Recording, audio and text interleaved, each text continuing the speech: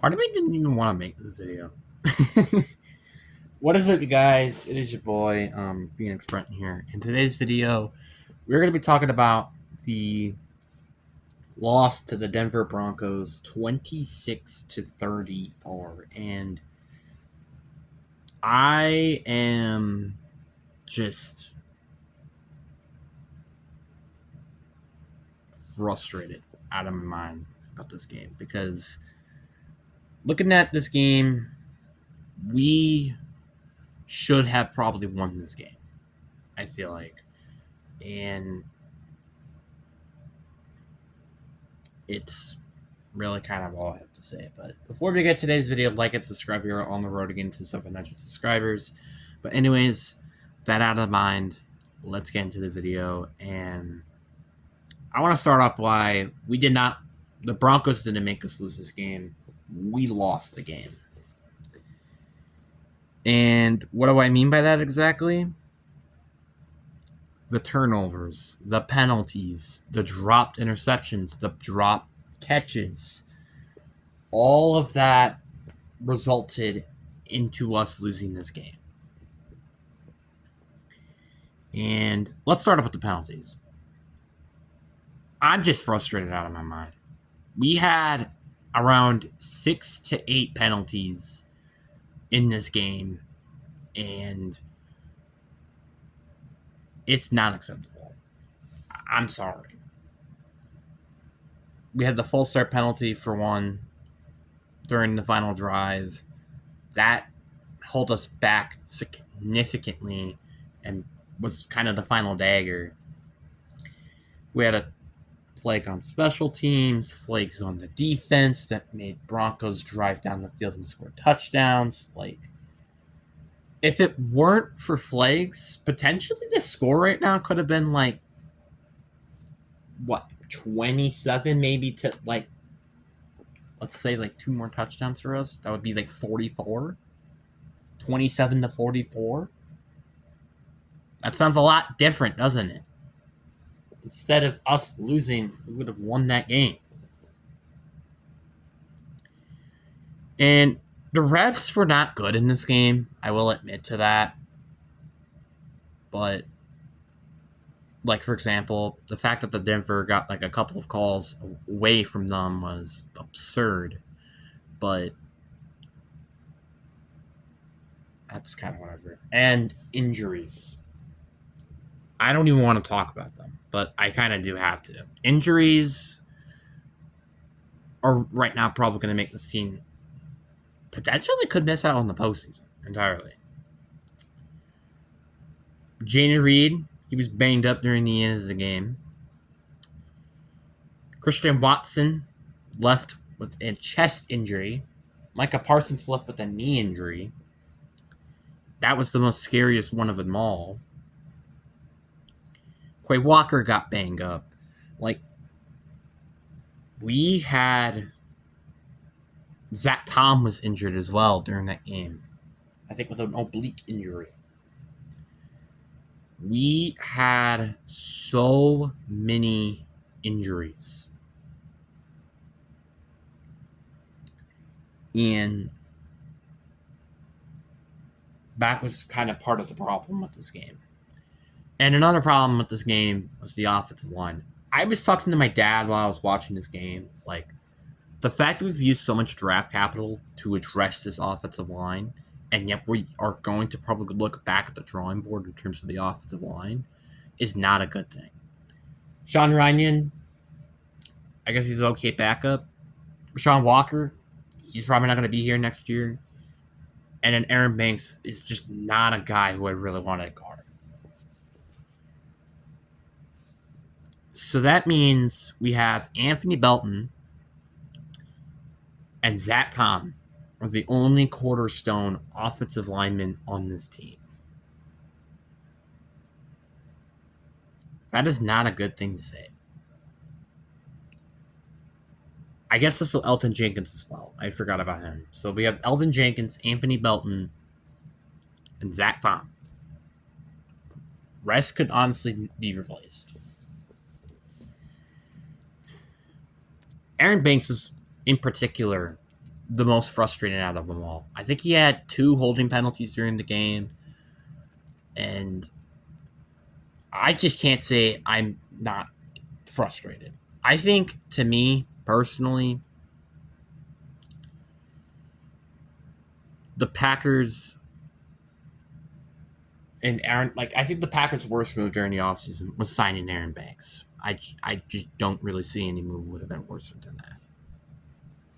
And I just read a quick update real quick on the injuries that Micah Parsons have been initial brief that people are believing that he's had tore his ACL, and that's pretty not good to hear. But anyway, let's just get back into the video, and let's start off with the drops. I don't know how many drops we had, but I'm pretty sure we had 7 to 6 range amount of drops during this game.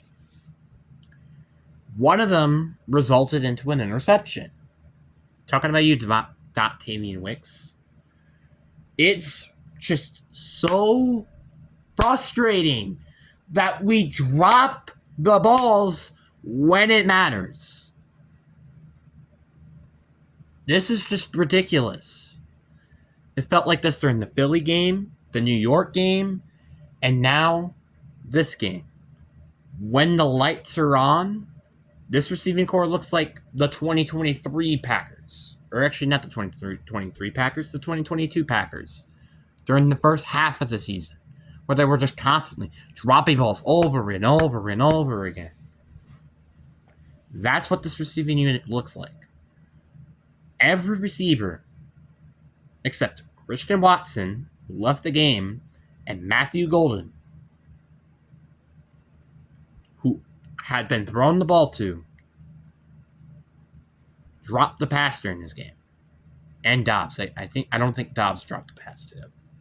Those 3 guys were the only ones who did not drop the pass during this game. And one of them is going to be out.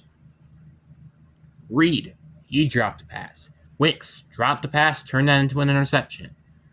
And both our tight ends, Musgrave and Fitzpatrick, which I'll talk about a little bit later, both dropped passes. Drops were abysmal. And same thing with defense. We had so many opportunities where Bo Mix could have thrown an interception, but instead we dropped the pass. I thought we learned our lesson from the New York game. Didn't we have 3 interception drops during that game? Apparently we didn't learn our lesson. I think the biggest issue right now is, one, we have to fix that. There's just no questions asked. We need to fix this. It's just as simple as that. We need to fix the catching. And speaking of which, we need a new tight end. I'm sorry. We need a short-term tight end for Tucker Kraft. Because I don't like Luke Musgrave or John Fitzpatrick and John Weinling, who left the game with an injury, which is just another player who left with an injury during the game. And I just want a different tight end at this point. Take a chance on one of the free agent tight ends. Seriously, what could possibly go wrong at this point? You kind of already know what we got out of Luke Musgrave. We kind of already do know what we got out of John Fitzpatrick. Why not try to go get another tight end? Josh Wyle will probably be missing some time with an injury. We're going to need another tight end. It's as simple as that. Because the blocking's not great. The catching is not great. Why not take a chance on the tight end like Hayden Hurst in free agency? What seriously could possibly go wrong? And Jordan Love, I'm not going to completely say it's completely his fault, but Love did have a lot of instances that it was his fault. Multiple bad passes. Interception, obviously, the Patrick Surtain, that one play, which led to Christian Watson getting injured. The penalty. I'm not saying most of the stuff that happened during this game is his fault, to be credited, the offense did good enough to win the game, but just didn't do good enough to win this game. And the decisions that he made during the game are concerning. I don't know why Jordan Love has not learned his lesson that maybe throwing a deep pass on 3rd and 10 is maybe not a smart idea. But you could obviously blame Matt LaFleur for something like this, which his play calling wasn't that great either. But at the end of the day, you could turn a bad play call into a good play. And Jordan Love did not do that. In the secondary, I'm tired of it. I'm tired of it. Xavier McKinney, you were great, but you got to be catching these interceptions, man. Outside of Evan Williams, everybody could probably critique during this game because everybody was getting cooked in coverage, etc., etc., etc. It was just terrible. Cortland Sutton had a great game. Troy Franklin had a good game. There was somebody named Brandy, I think, got a touchdown during the game. I don't even know who that is. The fact that we let the Bears struggle on offense, and then we had the Broncos, who have a worse wide receiving core, by the way, play better. What happened to the secondary? I understand the secondary didn't play great last week, but they certainly played better than this. It was insane.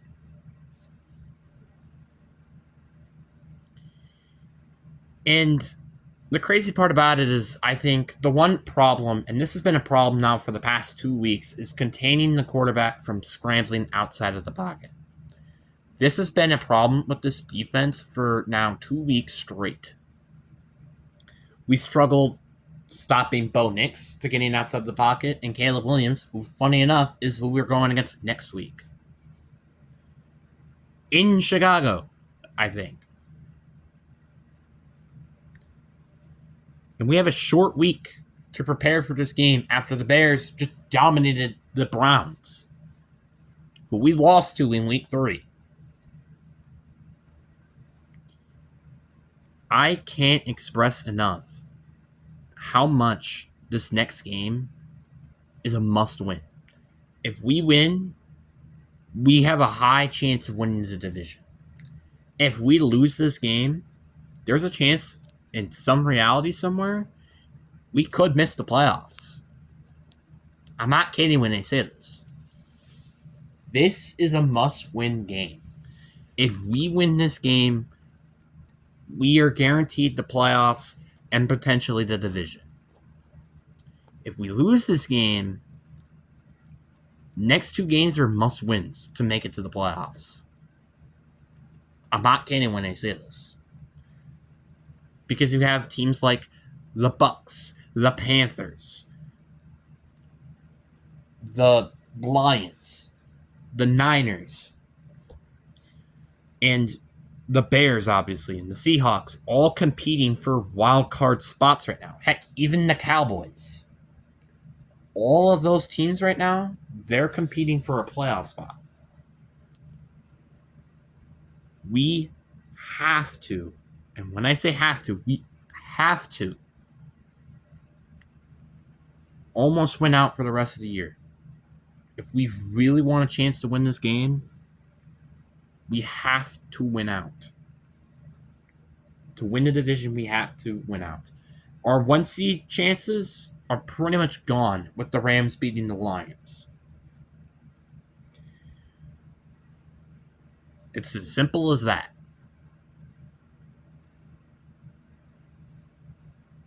Now it's us at best probably can get the 2 seed. The best thing we can hope for at this point is for the Seahawks and the Rams to lose out if we really do want to get the number 1 seed, which again I highly doubt.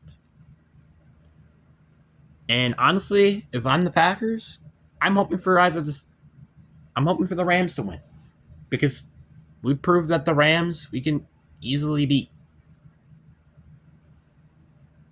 Obviously, I'm not happy about that if I'm a Seahawks fan, but as a Packers fan, I think I want the Rams to win the number one seed because we've shown that we can beat this team. Because I don't even remember the last time this team beaten us.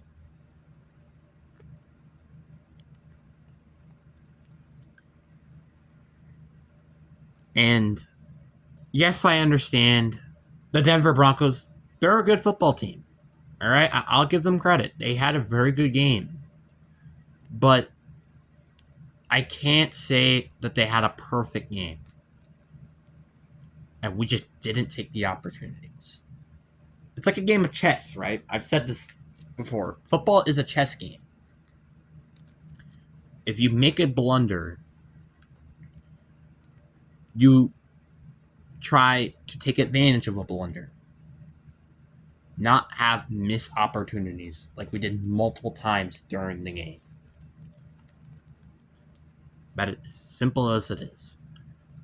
One positive note, though, that I do want to leave off, Jacobs and Golden both had really good games. I know Golden didn't score a touchdown or anything, but this was his first game back from a shoulder injury. He had a really good game. I'm just happy that at least we played somewhat competitive against a Broncos team which might win the AFC. At least we have that to lean towards. And with that, that is with my video. I hope you guys enjoy. Peace.